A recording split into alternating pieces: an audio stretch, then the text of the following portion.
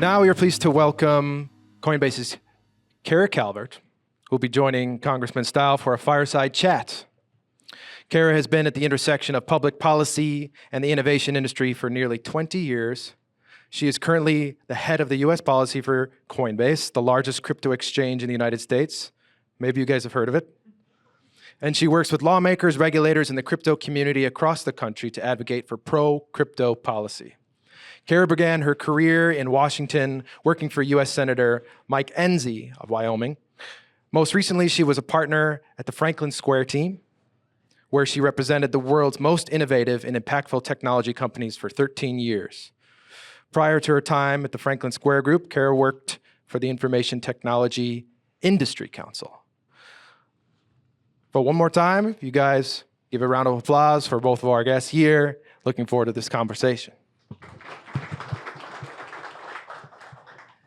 All right, well, thank you so much, and thank you to Awen for hosting us and for the other sponsors, and have to give a shout out to Stand With Crypto and to all the work that they're doing to make sure that the voice really of voters, of users, of the 52 million Americans who own crypto, and in particular, I think a lot of people who actually work in this sector, the founders, the people here in Wisconsin who care deeply about crypto policy. There are about 500,000 users that we know of, that we know own crypto in Wisconsin. We also know that in Stand With Crypto, there are about 13,000 people who have already raised their hands and said, we care deeply about crypto policy, and we care about how our members of Congress and how our president thinks about this. And so it's really exciting to be here in Milwaukee. It's my first time. And I have to say, I grew up in Wyoming and I went to UW. Well, apparently there's a UW in Wisconsin too. So there's also one in Washington State, but I'm going to rank order these: Wyoming, Wisconsin, and then Washington. We'll debate that throughout the day. Yes, exactly. So, well, let's get started. I think you had a lot of great remarks and thinking about kind of where you sit in the Financial Services Committee, right? You were right in the middle of this debate. You were right in the middle of the consideration of Fit 21, working with your colleagues on the Republican side and on the Democratic side. Can you help the room understand a little bit just about how that process played out? And were you surprised that the committee actually came to a bipartisan consensus on this bill? Or what was the feeling that you had going into this, and then what ultimately came out of it? Do you feel like it actually achieves what you set out to do? Great question. So I think there's two things I think are pretty relevant about how we got this done that's unique. So in the swamp of Washington, one of the biggest challenges in the House and in the Senate is the jurisdictional play between committees. And so I noted I sit on the Committee on House Administration, oversees operations of the House. So I've gotten in the weeds on this a number of times. Go back pre-1947 for a second, and the House of Representatives had over 80 committees, completely unfunctional. And so what it was almost everybody was a chairman of a committee. You jump forward, 1947 was the last major reshuffling in the House of Representatives of the committee structure. And they shrink it down to 20 committees. And at the time, things were cut reasonably neatly based on what the U.S. economy looked like in 1947. Jump forward 80 years, the U.S. economy looks different, and so there's jurisdictional overlap. And so you have regulation of commodities sitting over under the jurisdiction of the Agriculture Committee, which 1947 made a lot of sense because commodities were things like corn and beans. Now, right, or milk, if you're from Wisconsin, which is critical. Then you had the Financial Services Committee, which would get carved out and come online a little bit later, but they would have jurisdiction in the broader financial services space, Securities and Exchange Commission, stocks, trading, think Wall Street. Crypto, uniquely, new technology comes online, it really blends the two, right?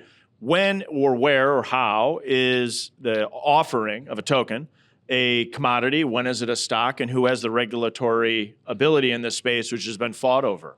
And so the first step of this was getting the Agriculture Committee under G.T. Thompson, the Financial Services Committee under Patrick McHenry, to agree to work together to say, this is an issue where even as both Republicans, just jurisdictionally, can we get this together? French Hill, good friend of mine, Dusty Johnson, respective committees, kind of took that as a working group, and there was a group of us that came together and said, let's figure out how to cut the bait, how to divide this up in a manner that everybody walks away positively. That was step one, and that's kind of the inside baseball piece that's actually harder to do than you would think. So we jump out to other areas, right? For data privacy, that's one of the biggest blocks on data privacy is figuring out where is the Committee on Energy and Commerce going to overlap with financial services, going to overlap with somebody else. So that was a huge win. Step two then is how do you do this in a bipartisan way? Because we're in a period of time of divided government. And very few people are predicting that we'll get more than 60 seats in the Senate. And so you assume the filibuster stands in the Senate. And so assuming it does, you're not going to get an ability on a pure policy side to have your absolute say, regardless of how the presidential election goes. And so inside of that, to get policy done, at some level, you're going to need Democrats to come to the table. The good news is, because crypto is a newer technology and because the regulatory framework is newer, we haven't seen the partisan divide that we've seen in other policy areas come as strongly. There's obviously, I think, a broader bent on the Republican side that independence and innovation are kind of core to the conservative philosophy.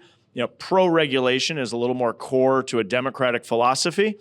And so, but because this is new, there's a number of members who've been coming to the table. And I think the actual most interesting thing to look at is the age of the member, like not age of service, but actual physical age of the member.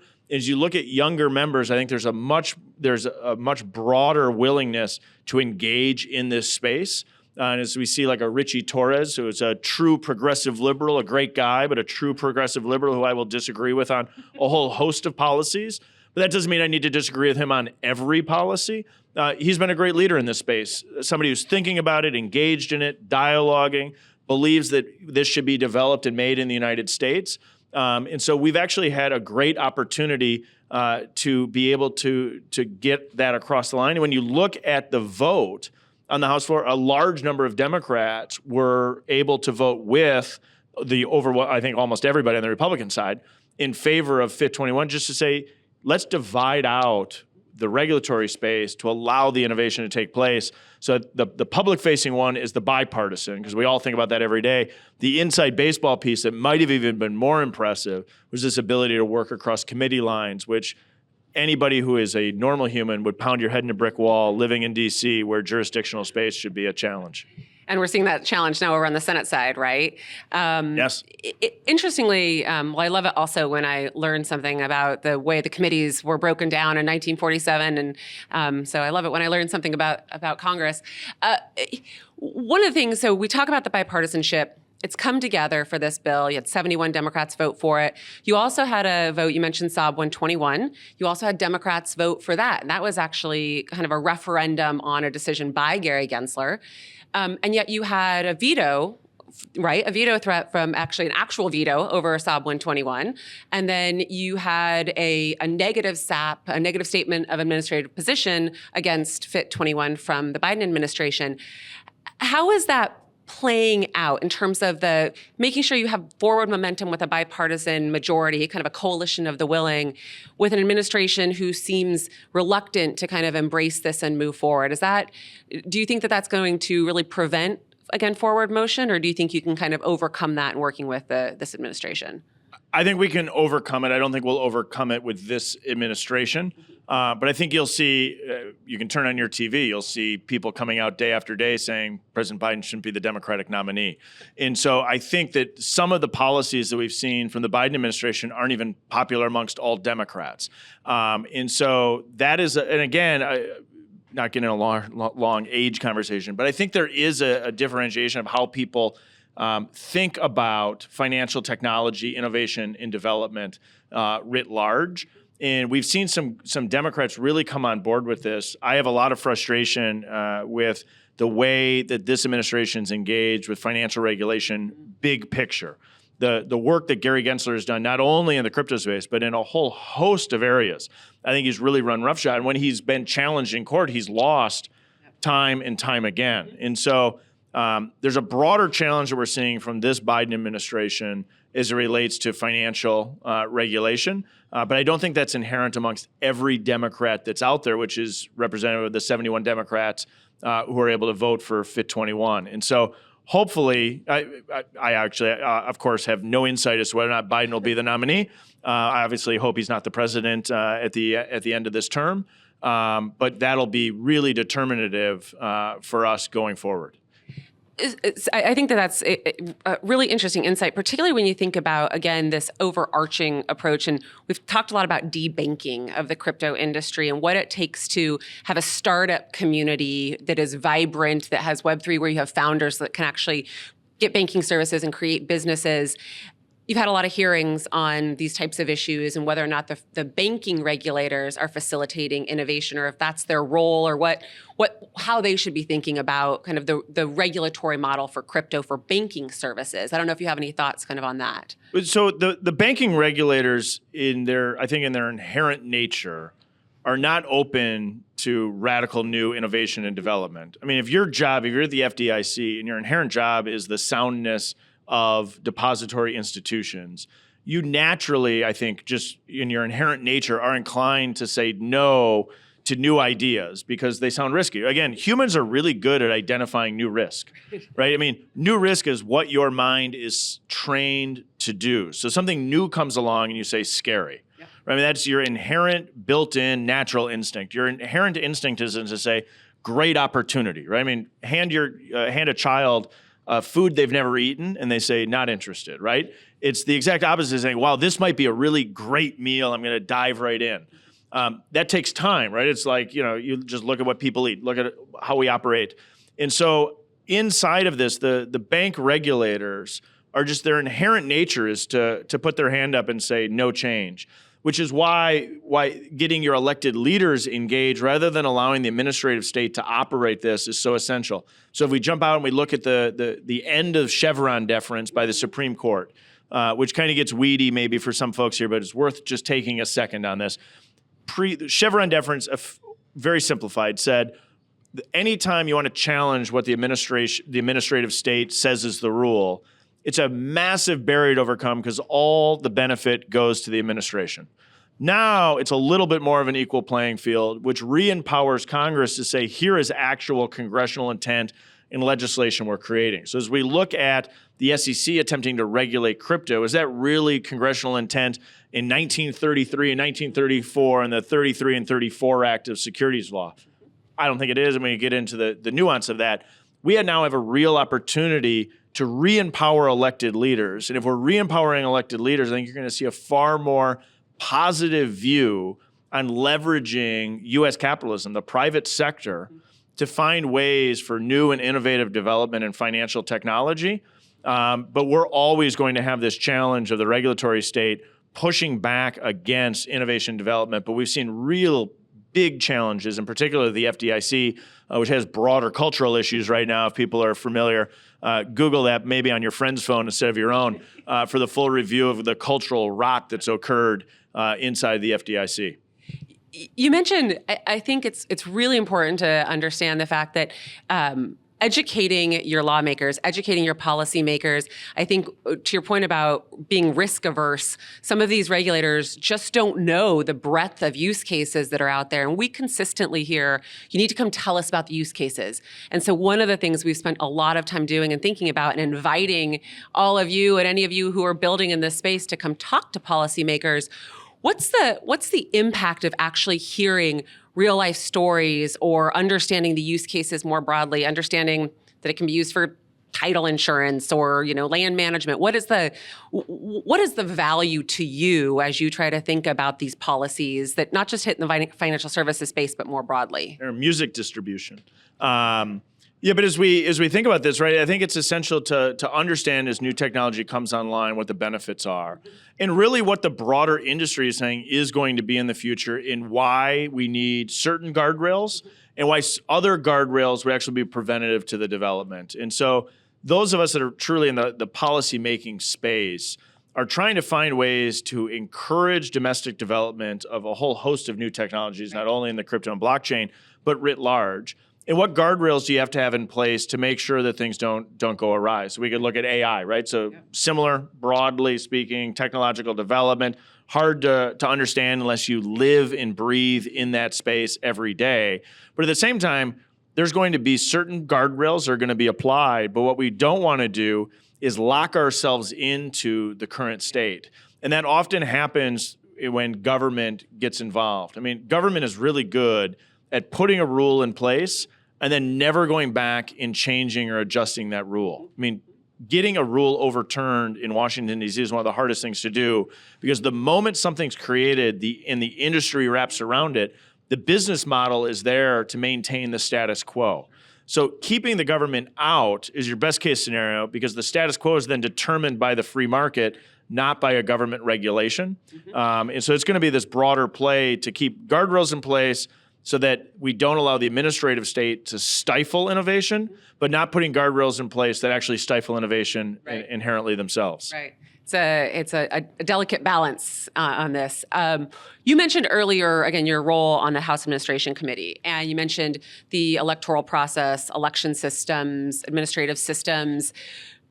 Do you see a role for this, not just the crypto and Web3 and blockchain technology, but do you see a role for innovation in that election, in those election systems?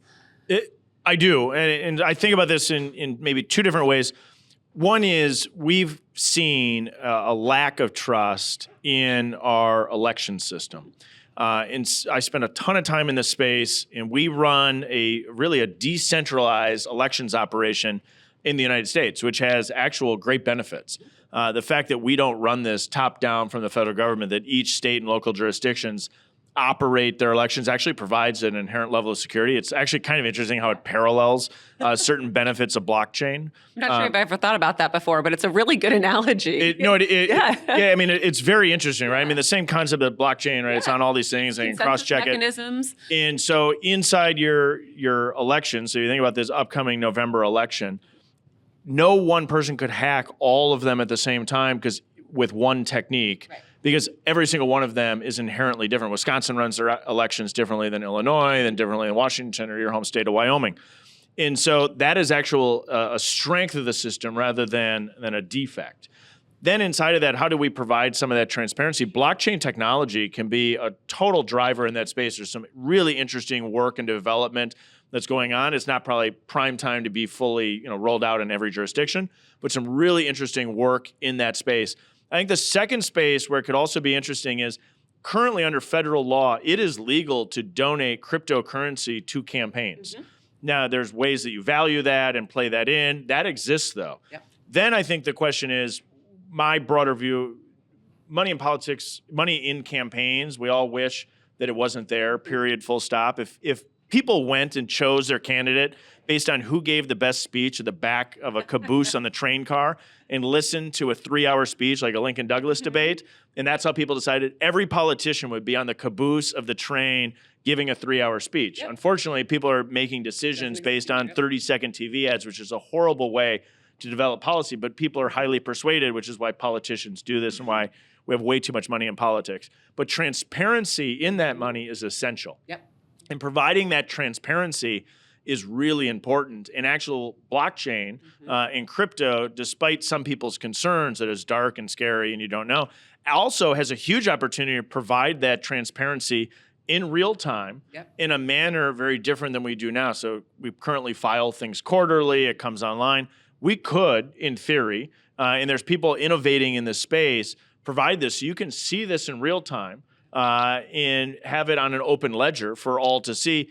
Might be to the broader benefit. You'd see in real time who's paying for what, where, when, why, and how, and you'd be allowed to make your decision as to what your view of that is. So if you see a negative ad about politician A or a positive ad about politician A, you go on, you could see where the exact funding was for that. There's some real interesting ideas in this space that I think could actually be to the benefit of our democracy. We'll see how that development and use case plays out. It's a really interesting a thought process, right? And exercise to go through and think about how this technology can provide more transparency, particularly as we think about AI and deep fakes and some of the provenance of some of this different type of information that's out there. Blockchain is one of those things that can, I think, provide some more certainty around this. But it's also interesting, and I'm going off script here, so don't hate me. But on the Financial Services Committee, you've had to think a lot about the safety of this, right? No criminal activity, no criminal behavior. And the blockchain also provides transparency, and law enforcement typically says, don't use the blockchain if you're a criminal, right? We can track it. How are you thinking about that? I know you had to think a lot about that as you were going through this legislation. So anything you wanted to say on just the the use of technology and how it's not all used by criminals. Yeah, but not only is it not used Or maybe by it is. criminals, but in some ways it's maybe, it could be, but also it's to their detriment, right? So as we think about all of these technologies, the human mind is good at identifying the risk. And so you'd say, aha, it's dark, I may not know who you are, and know your customer is so important on the broader financial, but also it's public, right? So it is the opposite of handing someone cash that's untraceable or less traceable. It's actually there and lives on forever. And so there's pros and cons to all of this. And if we get this innovation and development right, we can actually secure the financial networks and hold out the bad actors rather than allowing the bad actors to leverage this new type of plumbing. And so the mind is good at identifying the risk. The challenge is leveraging the private sector and that innovation and development to figure out, how do you remove the bad actors? Everyone wants to remove the bad actors. And the private sector is often better at figuring out how to do that than the regulatory state coming out of Washington. Right. And we also see other countries around the world who are actually putting in place a regulatory framework, whether it's Europe with their law called MiCA, we see it in the UK, we see it in Singapore. You mentioned in your remarks a little bit about the US competitiveness and keeping these developers, keeping these businesses here. One of the things we often hear is that, developers and folks are just racing to where there's no regulations. And yet when you really look at it, they're going to places like France. When has France ever beat us in the innovation race, right? I don't know if can you just give us opine a little bit on why it's important for the US to catch up with the regulatory space? Yeah, so when you actually go and talk to the people that are putting up capital to be able to invest in this and say, why are you choosing the location you're choosing at?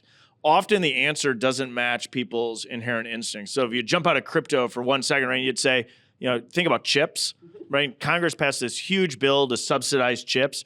If you actually picked up your phone and called the chip companies and said, why are you not investing in the United States? And you'd say, is it a subsidy issue or is there something else that's driving it? The answer that I kept getting is, Bryan, if you want to build a chips factory in the United States, the regulatory process will take you up to 10 years. So pull out your phone in your pocket, think about the chip that's operating that phone, and imagine that it's going to be 10 years until that new chips factory can come online. And they'll say, Bryan, in Taiwan, I can get all my regulatory permits done in 18 months. You'd say, well, okay, so maybe it's not purely a financial challenge. Maybe it's the regulatory environment in the United States that's preventing the brick and mortar development of that. So then go to crypto. You'd say, there's people that would say inherently, aha, you want no regulation. When you actually pick up your phone and ask people that are willing to put up their own capital to make this type of investment, and there's real capital going into crypto technologies, both startups, but also companies that are well beyond the true startup phase, they're going to say, Bryan, what I want is some level of regulatory certainty. Tell me what the guardrails are, and then I can operate inside those guardrails. And we also have other financial companies in the United States that have really kept themselves on the sidelines, who I think through this will come online. So you can think about some of our largest financial institutions in the country that have stayed out of the game of crypto because they've looked and said, it's not worth playing in the space because I don't have regulatory certainty. That, I think, will come to the table if FIT 21 comes through and it actually was signed into law. Those guardrails, I think, will actually free up a lot of capital in the United States to be invested in this space. So I think it's not the lack, as you correctly noted, it's not the lack of no regulation. It's the fact that they can get regulatory certainty and then capital flows to that jurisdiction. Thinking about, again, the runway for getting this regulatory clarity and how long do we have if we're losing, U.S. is losing about 2% of developers every year. So our runway, we've got about 26% right now. We don't have an incredibly long runway to get this done. How do you handicap actually getting legislation across the finish line, signing it into law? I mean, so much work, as you said, jurisdiction, clearing the jurisdictional hurdles, clearing the 60 vote point of order. Sorry, that's very esoteric, but getting through those details. How do you, what are the odds of getting a law passed this year, next year, beating the race in terms of losing the developers? I think this presidential election is absolutely essential in this regard. I mean, I don't think it should be lost that we're having this conversation at the RNC National Convention in Milwaukee. If President Trump's in office, I think the likelihood of us getting this done is very high. If President Biden's in office, he's already made the veto threat. and he hasn't come to the table with an alternative solution. It's not as if the veto threat was, change this one aspect and then I'm supportive of the bill. That's a negotiation. Right. This is a veto of, we're going to allow Gary Gensler and the Securities and Exchange Commission to drive forward the regulations through enforcement actions. That is, one, unproductive. It's unproductive for a number of reasons. It's probably worth discussing. It's unproductive because your elected leaders are not the ones who are actually at say. And in Washington, I'm going to have to put my mic down for this. In what I call the Washington salute, one of two things. It's the following. It's either this or this. That's the Washington salute. The Washington salute that you should have should be this. And so when the administrative state makes actions, when the Securities and Exchange Commission engages in an enforcement action, and if you like it or don't like it, and you come to your elected leader or you come to me, I can't do a whole heck of a lot unless it was a rule or regulation that came from Congress, right? If it was a bill that came from Congress. And so if Biden's in office, he's shown through his choice in Gary Gensler and the Securities and Exchange Commission that we're going to continue to stifle innovation and development in the crypto space in the United States of America, and that we're going to have probably the least effective way, economically, the least effective way of managing anything, which is enforcement actions. Completely unpredictable, and you can't model an investment based on the risk of an enforcement action. Contrast that with where the Trump administration will be on this, where Republicans are in the House, and I think the majority of our Republican friends in the House, and J.D. Vance, you and I were chatting prior to coming out, has some very pro-crypto public positions, gives us an opportunity to actually get this done very quickly. And the positive side of getting Fit 21 done is the heavy legwork has already been done. You've already seen 77 Democrats come on board. That tells you just percentage-wise, you should be in a good spot in the U.S. Senate, assuming they line up generally philosophically with where the House is. And so I think we got either A, a great opportunity, or B, a really bad opportunity in front of us, and elections have consequences. Well, I know we're running short on time, but I promised one spicy question. So, if President Trump wins and we see an administrative shift and we are into the first, say, 30 to 60 days of a new administration, do you think Gary Gensler steps down? Because he doesn't have to step down. He can stay at the SEC. He wouldn't have to be chairman, but do you think he stays and tries to keep going?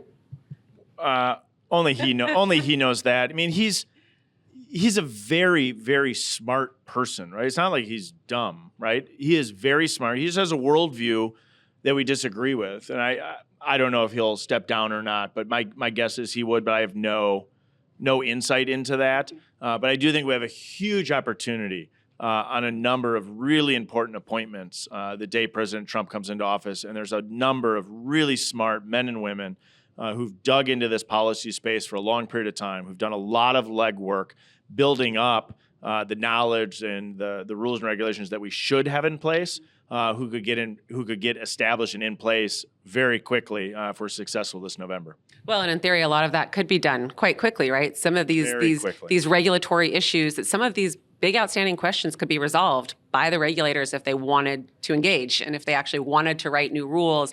And then, of course, we still need Congress to act so you don't have these wild swings back and forth with every administration.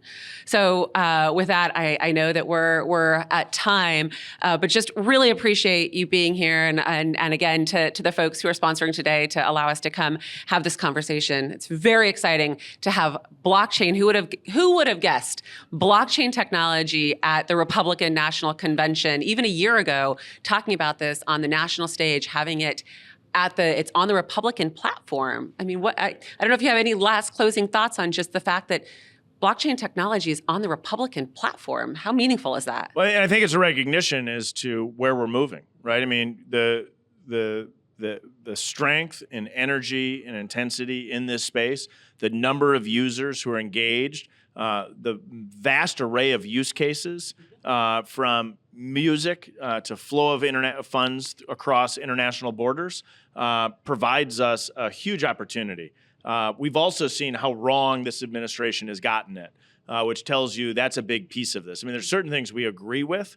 That's not on anyone's agenda, right? We drive on the right side of the road, not the left. Somewhere along the way in the early 1900s, that decision was made, right? We all agree. Both parties get that one right.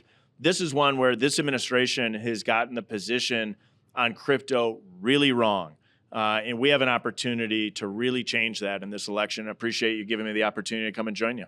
Awesome. Well, thank you so much. Appreciate it. Thanks, everyone.